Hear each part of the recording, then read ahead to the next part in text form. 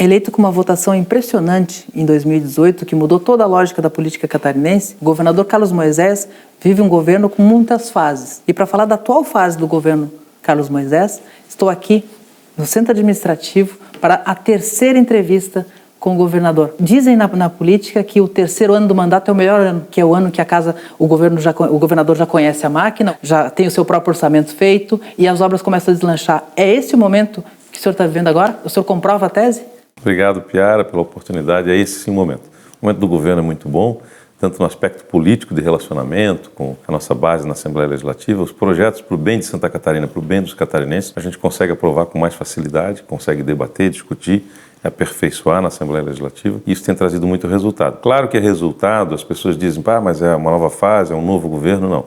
O que nós colhemos hoje, e aí você colocou perfeitamente, é resultado do que fizemos lá na transição, a partir de 3 de novembro de 2018, e também no primeiro ano de governo, quando a gente saiu de um déficit de 1 bilhão e 200 milhões de reais e fomos para um superávit de 166 milhões. E com parceria da Assembleia Legislativa, por unanimidade, apresentamos a forma como nós deveríamos governar. Tanto que as pessoas questionavam, mas o senhor ainda não tem base. Na Assembleia não há um governo de coalizão, como é que você vai aprovar a reforma administrativa? E aí a gente diz, olha, eu preciso diminuir o tamanho do Estado. Sem fazer isso, a nossa tese não prospera. E eu quero mostrar que essa tese é possível, que vai ter dinheiro para os catarinenses investirem com recursos próprios em obras estruturantes nos municípios, no Estado e até mesmo no governo federal, como fizemos agora. Né? Mas naquele primeiro momento, o senhor entendia que uma aproximação muito evidente com os deputados poderia contrariar o sentimento que o elegeu? Sim,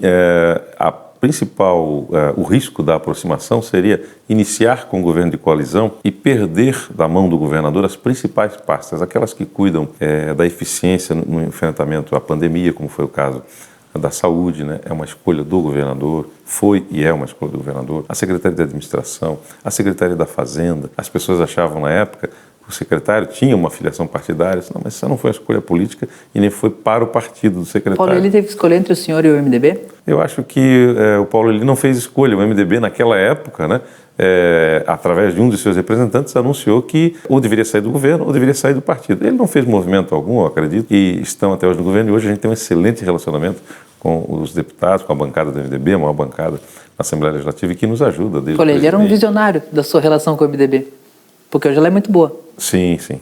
Pode ser que sim.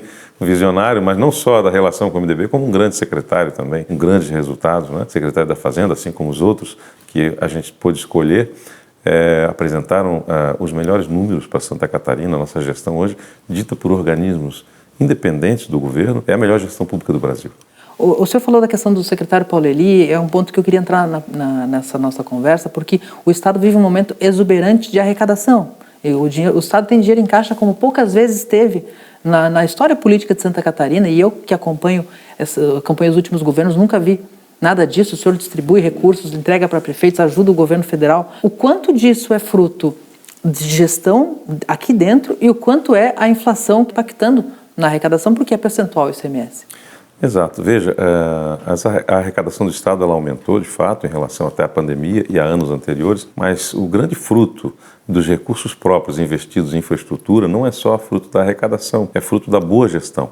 Nós temos hoje em economia de contratos, na revisão de contratos, 660 milhões de economia. Eu não vou dar os exemplos aqui, eu acho que a sociedade já tem noção do que acontecia, atravessadores, enfim, esse relacionamento modificou com os fornecedores e, mesmo assim, enfrentamos grandes crises, pagamos dívidas que os governos anteriores nos deixaram, como o caso da dívida da saúde, superamos, né, a questão do déficit orçamentário, elevando o Estado a uma arrecadação maior e, ao mesmo tempo, diminuindo o tamanho do Estado. Isso tudo, a junção de saber arrecadar adequadamente, fazer a boa versação do dinheiro público, dos recursos, e, ao mesmo tempo, diminuir o tamanho do Estado com o corte de 2.054 cargos comissionados, a extinção das secretarias regionais, tudo isso fez com que o dinheiro dos catarinenses pudesse estar sendo investido em todas as esferas de poder. Foram, eu acho que eu já citei aqui, 3,5 bilhões de reais de transferências voluntárias, não as do Fundo de Participação dos Municípios, de transferências voluntárias de recursos, convênios, emendas parlamentares para os municípios.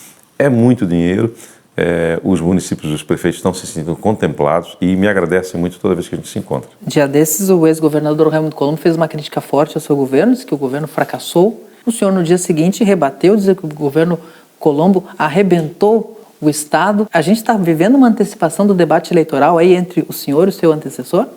Não creio que subsista, né, esse oponente, porque eu acredito que os números contra números e fatos não há argumentos. Nós temos uma gestão tão mais qualificada e com tanto mais entregas, com correção de atitudes anteriores, que Santa Catarina não pode mais voltar, não quer mais voltar, e deixou esse recado muito claro nas eleições de 2018, quando a gente supera, né? Mesmo com tudo indicando que não aconteceria, com pesquisas indicando com margem de 20% de erro, como foi o caso da minha, havia 9 candidatos no primeiro, no segundo turno a gente consegue avançar a 71,09% dos votos, quando o oponente, inclusive, faz menos votos que no primeiro turno, em números absolutos. Em Santa Catarina mostrou a maturidade política que tem o eleitor catarinense, que não quer mais o que se fazia no Estado. Esta semana nós lançamos o plano de governo aberto de Santa Catarina, e eu dizia que quando eu fui afastado injustamente por um erro cometido aqui no nosso estado, 2 vezes, uma das servidoras falou: governador, se o senhor não voltar, eu vou lhe dizer que a gente nunca mais vai fazer aquilo que a gente fazia, porque a gente aprendeu com o senhor que a gente pode contrariar algumas vontades e pode dizer não. Então o Estado nunca mais será o mesmo. Eu só reclamei da pouca fé dela, disse: eu vou voltar sim, mas ao mesmo tempo fiquei muito feliz com a fala, de dizer que a gente dá alguns passos que não tem mais como voltar. A transparência, a realização, o pregão eletrônico que traz todo mundo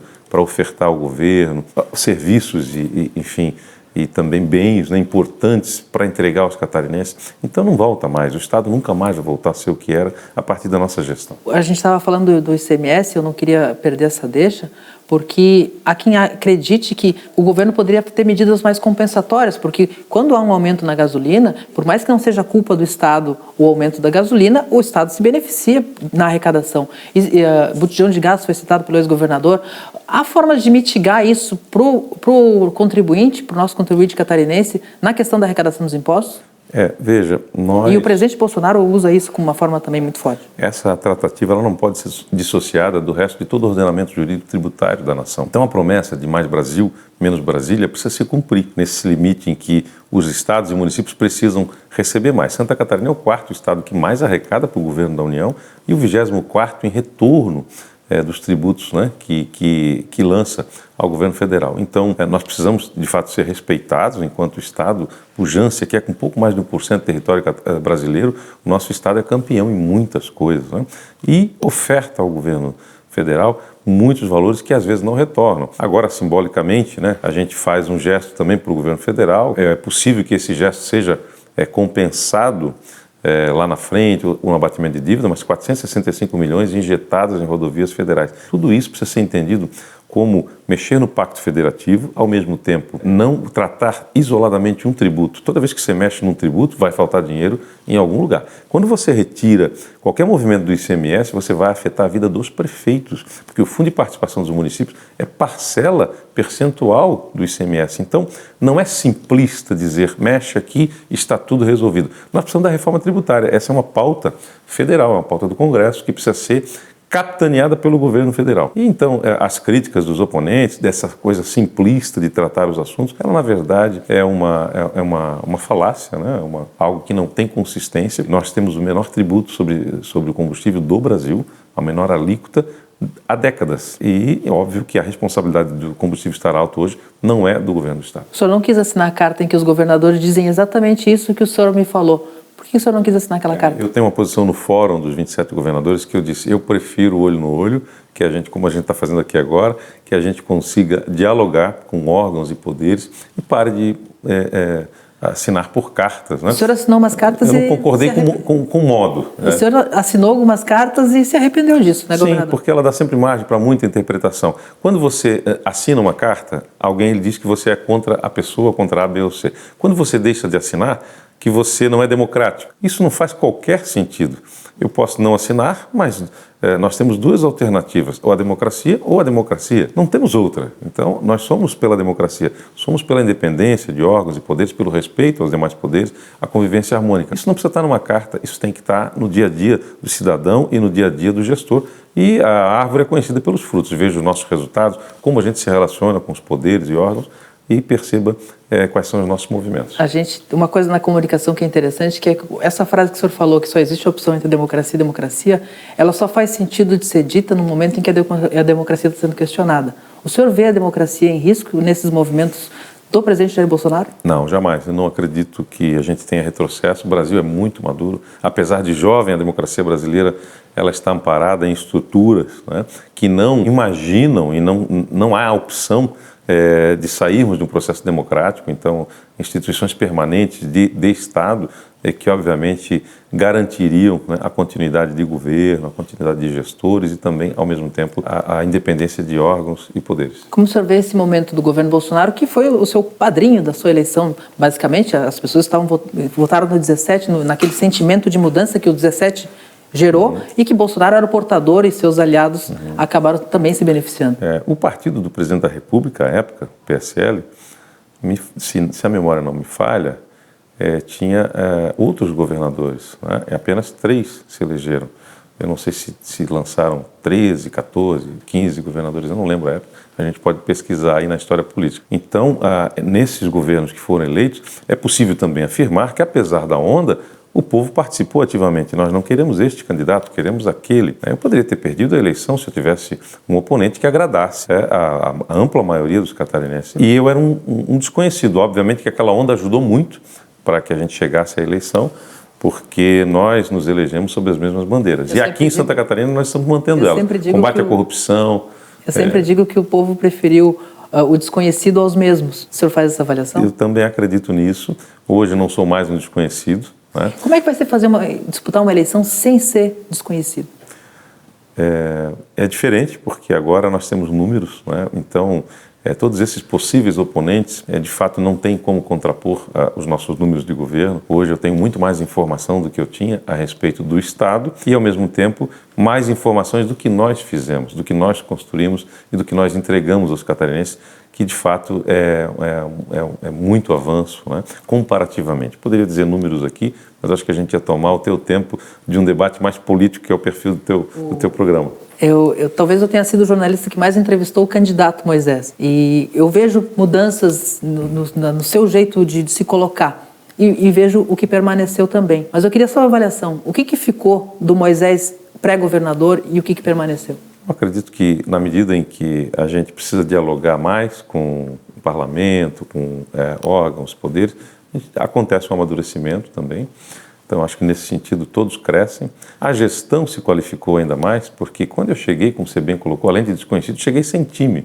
Nunca fui um político, nunca fui um vereador, um prefeito, fui gestor público, né? E a partir do meu conhecimento de outros gestores, que nós fizemos a nossa composição do primeiro escalão de governo. Então, há um amadurecimento no relacionamento político, há um amadurecimento também na gestão, porque a gente lança muitos projetos, nem todos se efetivam, e alguns a gente pensa, eu posso fazer melhor não indo por este caminho, indo por aquele, né? Então, como você bem colocou, primeiro ano, entender as demandas do governo do Estado, entender o que a população precisava. O segundo ano houve a pandemia, seria já o segundo ano um ano de mais relacionamento, de mais aproximação com órgãos, com poderes, com o parlamento, mas houve a pandemia que afastou a todos, né? Temos o melhor enfrentamento dessa crise sanitária do Brasil, com menor taxa de letalidade, enfim, isso dito por organismos independentes e até por políticos importantes na nação brasileira. Reconhecendo o nosso trabalho aqui, preservamos emprego, Santa Catarina está em pleno emprego, fomos o estado que menos fechou o que era necessário, reabrimos e nunca mais fechamos. Então, uma gestão super eficiente, não investimos em hospitais de campanha, investimos nos próprios e nos filantrópicos. Tudo que nós investimos fica para os catarinenses, nós triplicamos o número de UTI e agora vamos enfrentar a fila das cirurgias eletivas com toda a estrutura que nós montamos estado afora. No caso dos hospitais de campanha, o senhor conseguiu desviar da casca de banana a tempo, não, governador? Na verdade, todas as ações do governo naquela época não eram ações que podiam ser programadas, eram ações de todo dia uma análise, né? O cenário epidemiológico fecha, abre, o que faz? Todo dia uma análise nova. Então, na medida em que todas as propostas vêm ao governo, e nessa hora muitos aproveitadores aparecem, né? Como foi o caso dos respiradores, como foi o caso dos hospitais de campanha, que a gente tem propostas que muitas vezes não se coadunam com a realidade prática. Aí você tem o receio de não poder fornecer e atender a população, nós tomamos a decisão correta, discutindo, vendo, olha, vamos avançar nos nossos hospitais. E a partir dali tivemos a melhor gestão de enfrentamento dessa crise? O início da pandemia deixou todo mundo em sobressalto, deixou todo mundo muito angustiado. A gente não sabia o que vinha. E o senhor no governo do Estado, a gente imagina o tamanho dessa angústia. E o senhor teve uma postura inicial muito de linha de frente. O senhor faz as lives diárias, o senhor botou o colete da Defesa Civil e mostrou a cara. Talvez muitos catarinenses tenham conhecido o senhor mais ali do que na própria eleição. Sim. Mas existem críticas de que o governo, às vezes, foi muito afobado, inclusive na própria compra dos respiradores. Olhando para hoje, tem coisas que o senhor gostaria de ter feito diferente? Ali não é o governo, né? Ali, na verdade, é um ato de gestão interna de uma pasta que compra R$1 bilhão por ano. E havia comprado respiradores, inclusive, e que tinha dado certo, que recebeu. E nesse segundo movimento, como eu falei, às vezes as pessoas não honram com as propostas em meio à pandemia. Muitas incertezas. Nós tivemos mais de 15 estados brasileiros que tiveram problemas com compras durante a pandemia. Então, eu sempre me pergunto, assim, as pessoas falam, né, dessa compra equivocada que houve, desse compromisso não honrado por uma empresa privada que cotou e ofertou, o Estado e não entregou. Ao mesmo tempo, nós temos que lembrar que são R$660 milhões por ano que nós economizamos todos os anos daqui para frente com revisão de contratos. Então, nós temos muito mais ações boas, né, em prol do erário do que essa situação problemática grave que nós interferimos. Aliás, o governador foi o primeiro, sendo sabedor dos fatos, a levar a polícia, a mandar que se levantasse, e inclusive a pedido de bloqueio de valores, né, que hoje nós já estamos peticionando que esses valores sejam disponibilizados ao governo do Estado para que a gente recupere o erário público. Mas ninguém questiona como que se explica o Piara. Nós não temos muito o que explicar sobre isso. Tudo que tinha que fazer, nós fizemos. Como que se explica economizar 660 milhões por ano? Não dá para explicar. Você compra oxigênio para o hospital em 2018 por 24 milhões e a mesma quantidade por 12 em 2019. Isso não se explica. O governo sem papel fez essa mudança. Nós giramos uma chave e eliminamos os 800 mil processos físicos que havia em Santa Catarina e só de selo de papel A4 e de Correios e papel A4, nós economizamos 30 milhões todos os anos, mais 10 milhões de impressoras. São 40 milhões todos os anos, né? Além do governo sem papel, muitas outras ações se estabeleceram, revisão de contratos dentro do sistema prisional, 100 milhões por ano, revisão de contratos de terceirizados e a diminuição do tamanho do Estado. Isso era para a gente falar todos os dias. Como que você consegue, governador, né, fazer tanta economia, entregar tanta coisa para os catarinenses com um número relevante, de fato, né, de valores, né, de recursos próprios? Para você ter uma ideia, o UNIEDU, que é das bolsas de estudo, dos artigos 170, todos nós passamos aqui, talvez por universidades comunitárias, talvez você passou também, nós estamos investindo 467 milhões de reais. A média dos governos anteriores era 60 milhões, 80, 90 milhões por ano. O senhor sabe que o senhor vai ter que enfrentar essa crítica do 33 milhões na campanha eleitoral. É uma bandeira dos seus opositores. O senhor... Muito parecido com o que fizeram comigo na outra campanha, não sei se você lembra, que foram atacar o meu salário, né, de bombeiro, né, quando não havia o que criticar. Ou seja, toda a ação do governador que poderia ser feita sobre este caso foi feita, foi tomada. Assim como outros erros acontecerão. Se você ficar na sombra, você não faz nada e você não erra. Mas quem vem para a batalha, quem vem para o front, vai cometer erros. O senhor tem um entendimento hoje sobre o que deu errado ali? Se houve má fé dentro do governo, se foi a má fé se concentrou nos empresários? O Ministério Público praticamente colocou a má fé toda com os empresários e disse e chamou de peculato culposo a ação da maioria dos desenvolvedores. Ou seja, não houve corrupção no governo porque ninguém levou vantagem no erro. Isso é autoexplicável, né? Acho que a sua fala é perfeita nesse sentido. Isso é o que nós defendimos. Acho que as pessoas que atuaram no governo o fizeram no afã de defender pessoas, né? De defender a vida. Então, se cometer um erro, talvez uma falta do cuidado e de garantias, talvez seja esse o problema, mas não que tenha havido o propósito de lesar os cofres públicos. Por isso que eu digo que, em momentos de pandemia, muitos aproveitadores podem fazer promessas que não conseguem honrar. Mas o que continua mais nebuloso nesse papel, aqui se atrapalharam e aqui tiveram má fé, mas entre a ligação entre uns e outros, se colocou na época com muita força que esse papel cabia ao ex-secretário da Casa Civil, Douglas Borba, e a própria denúncia do Ministério Público também dá uma desidratada nessa. Ele responde por um estelionato ali, ele vai ter que responder. Como é que o senhor vê o papel do Douglas Borba? O senhor ainda acredita na inocência do seu ex-secretário da Casa Civil? Eu acredito em todos os secretários que trabalham comigo, sempre acreditei, com os que estão hoje no governo. Este episódio, eu acho que é clássico, né? É das pessoas quererem fazer a coisa acontecer. Nós não tivemos a mesma parceria, a mesma vontade lá no setor privado, quando, sem nenhuma garantia de entrega, se apresenta a proposta ao governo do Estado. Eu acho que essa foi a questão central, que hoje vem muito à tona e que, à época dos fatos, se apresentou como se fosse uma grande quadrilha dentro do governo, né? Isso é um equívoco político, né, de avaliação, de julgamento político. Na época nos chateou bastante, mas a gente volta fortalecidos, né, depois de todos esses episódios e processos, mostrando que o resultado do nosso trabalho está trazendo melhorias para o povo de Santa Catarina. E eu ia te dar um exemplo. Os governos anteriores, o último governo, fez investimento em segurança pública na ordem de 300 milhões de reais com financiamento. Nós estamos investindo 347 milhões de reais na segurança pública com recurso próprio dos catarinenses. A valorização de cada centavo de tributo que o catarinense hoje recolhe. O senhor disse que muitos quiseram fazer disso uma suposição da existência de uma grande quadrilha dentro do governo, muitos deles na Assembleia Legislativa, onde houve uma CPI, e muitos deles hoje integram a sua base de governo. A gente tem uma situação em Santa Catarina assim, que muitos dos que quiseram derrubá-lo, hoje estão bem com o senhor. O senhor se sente confortável com isso? Eu entendo que este é o único caminho, né, para que a gente possa atingir os objetivos, né, de aprovação. A gente está mandando para a Assembleia agora Bolsa Atleta, projeto de lei, Bolsa Estudante do ensino médio, que não havia, só a Bolsa do Uniedu, né, para o ensino superior, e tantos outros projetos, caminhamento dos projetos de remuneração, revisão de remuneração de todos os servidores de segurança pública, saúde, educação e os demais órgãos. Tem uma demanda pelo plano de carreira dos professores, que é histórica. O senhor acha que vai deixar a categoria satisfeita? Eu acredito que nós vamos avançar muito. Nós já temos a proposta dentro do governo, estamos debatendo com os parlamentares também, para que a gente consensue isso dentro da Assembleia Legislativa. Não tudo que o governo gostaria de fazer, mas o que é possível fazer com a disponibilidade financeira que temos hoje, temos que fazer esse movimento com muita responsabilidade. Então esse é o caminho, né? Estar negociando com o parlamento os avanços, não para o governo, avanços para o cidadão catarinense. Haverá mais uma reforma administrativa? Se falou um pouco disso no início do ano, depois o tema deu uma... Pequeno, não chega a ser uma reforma administrativa, pequenos ajustes de recolocação. Um exemplo clássico, né? Está dentro do projeto que a gente junta Secretaria de Integridade e Governança com a Controladoria Geral do Estado, ou seja, a gente deve juntar as duas pastas, elas não se extinguem, mas elas integram, porque têm objetivos muito semelhantes, né, e que podem caminhar juntos. A gente vê, especialmente na rede social, que muitos dos que criticam o senhor com mais veemência são aqueles que votaram no 17 porque são os bolsonaristas. E aí houve movimentos que o senhor fez lá em 2019 que não foram bem interpretados por essa turma. Acha que pode cativar esse eleitor de novo?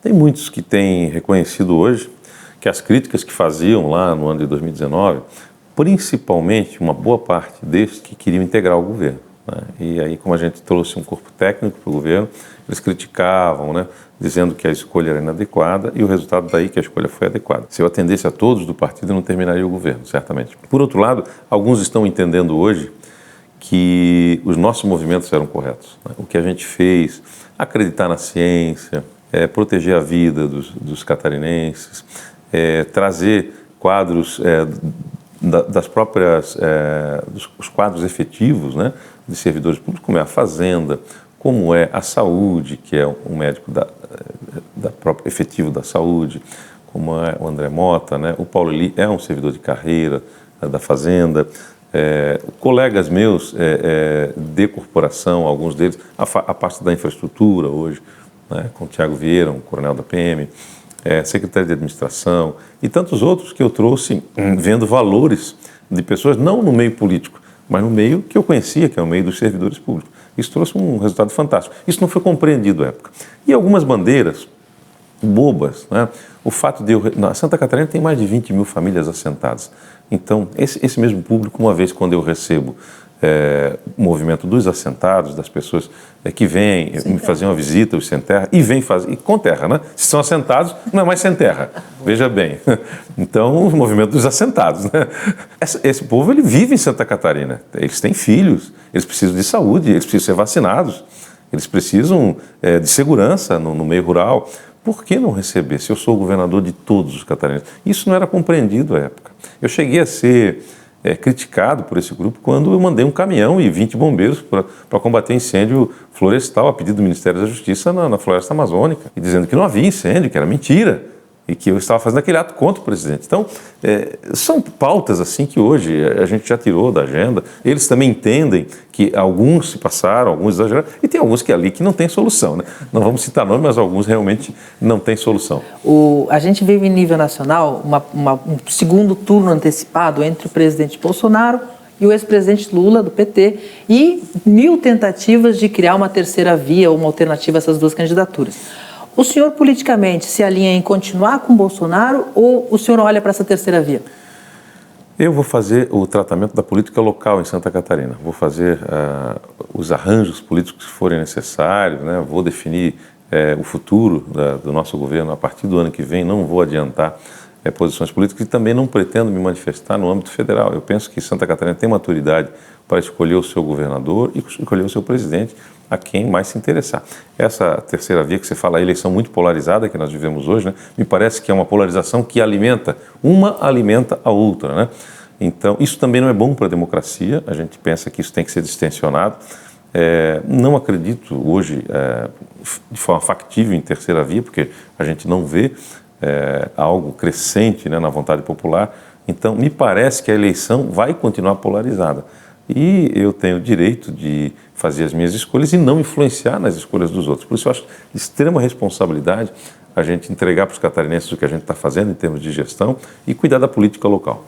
E o senhor tem uma escolha que é uma escolha que não dá para terceirizar. O senhor tem que escolher um partido político. Quais são os seus critérios na hora do senhor definir os partidos em que o senhor vai disputar a reeleição em Santa Catarina? Meu critério é quanto menos barulho, melhor. Ou seja, quanto menos marola, melhor. Hoje a gente tem uma boa base na Assembleia Legislativa, temos grandes partidos na Assembleia que nos apoiam. E se eu puder fazer uma escolha mais neutra, em que eu consiga manter todos juntos, eu acho que isso é muito bom para o futuro político do Estado de Santa Catarina, independentemente do que a gente vá fazer em termos de futuro político pessoal, né? Mas eu acho que a escolha é uma liderança, né? A gente é governador e nunca mais deixa de ser governador, né? E passa a ser uma liderança política também, porque muitas pessoas nos respeitam pelos resultados, pelos números que a gente tem apresentado em termos de gestão em Santa Catarina. Então, mesmo não querendo, se você não quiser, não tem jeito, você passa a ser uma referência. E aí a gente vai ter que fazer escolhas para manter toda essa estrutura que nos faz caminhar olhando para frente em Santa Catarina. O senhor falou da opção que faça menos barulho. Não tem nenhum partido mais barulhento, e eu digo isso como elogio, em Santa Catarina do que o MDB. O MDB é uma opção? Eu não tenho hoje escolha, de fato, não tem. As pessoas perguntam, tem conversa? Já houve conversa? Eu digo, não houve com A, com B, com C, com nenhum partido. O primeiro sentimento que eu tive seria de escolher um partido menor e um partido que consiga estar com todos esses outros atores importantes para que a gente não ferisse nenhum lado nem outro, porque há antagonismos também em grandes partidos aqui em Santa Catarina. O Espiridion, aqui no Cabeça de Político, disse que em algum momento o senhor tem que escolher entre o MDB e o PP, que não tem, a era de Aquário não chegou nesse ponto. É uma posição de deputado, enfim, tem que respeitá-la, né, esta posição, mas me parece que essa junção, para alguns ela é impossível, mas ela pode acontecer, né, de todos estarem juntos por uma mesma causa. Mas se isso não acontecer, obviamente que em algum momento nós vamos ter que fazer uma escolha.